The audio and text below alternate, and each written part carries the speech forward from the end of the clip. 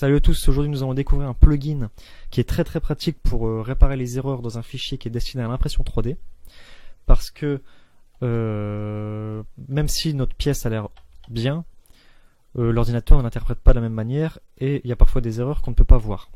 Donc ici c'est une pièce d'un jouet qui était cassée, donc que j'ai remodélisé pour l'imprimer et réparer le jouet en question.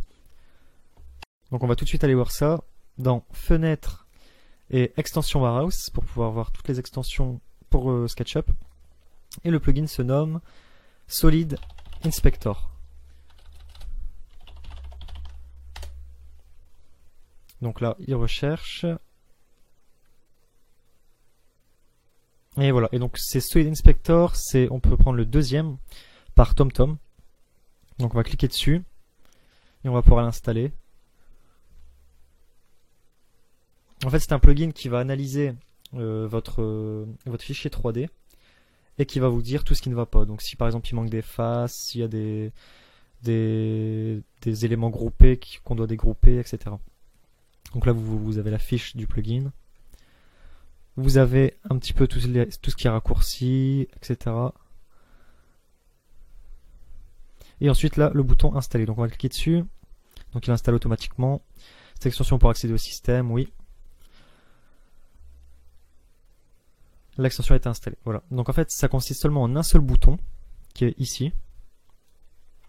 Et il suffira simplement d'un clic pour connaître toutes les erreurs qu'il y a dans le fichier. Donc ça, on va pouvoir le fermer. Et on va tester tout de suite sur ce fichier-là. Donc on va cliquer dessus. Là, il est en train de chercher aucune erreur. Donc là, effectivement, j'avais déjà corrigé mon fichier. Donc là, vous voyez qu'il n'y a aucune erreur. Donc il est bon pour l'impression.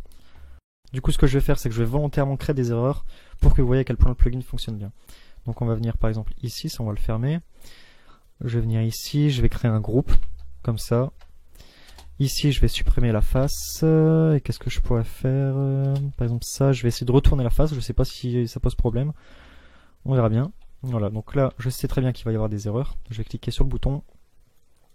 Et vous voyez qu'il me détecte des erreurs. Donc il vous dit ici instance nested. Donc ça c'est parce qu'il y a un groupe.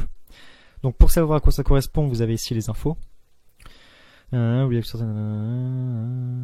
en gros il dit que il peut pas l'interpréter correctement s'il y a des groupes. Donc pour ça il faut juste simplement dégrouper. Mais vous voyez qu'il y a info au lieu d'avoir fixe. Quand vous avez fixe, vous cliquez, ça se résout automatiquement. Lorsqu'il y a info, il vous explique ce qui se passe, donc c'est en anglais.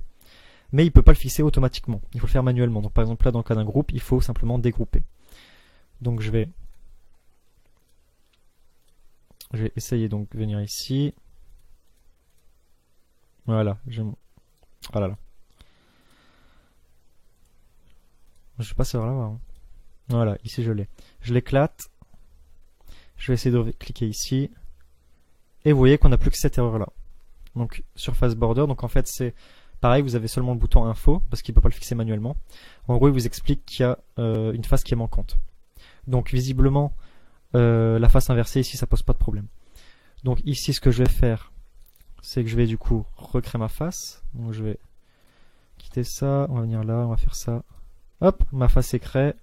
Je vais effacer ça. Et je vais recréer le trou ici. Là, je pense qu'il y en avait un aussi. Voilà, hop, nickel.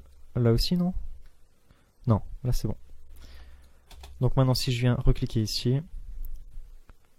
Ah si, face inversée. Donc vous voyez que face inversée, il le détecte quand même. Il vous montre en rouge ce qui ne va pas. Je vais cliquer sur fixe. Et voilà, il m'a mis ma face dans le bon ordre et il n'y a plus d'erreur. Donc là, mon fichier est clean. Je vais pouvoir l'imprimer et il n'y aura aucun problème. Alors je tiens quand même à préciser que il m'est arrivé pour un fichier d'avoir des erreurs qui devaient être fixées manuellement et je n'arrivais pas vraiment à voir en fait ce que c'était, quelles étaient les erreurs et comment les corriger.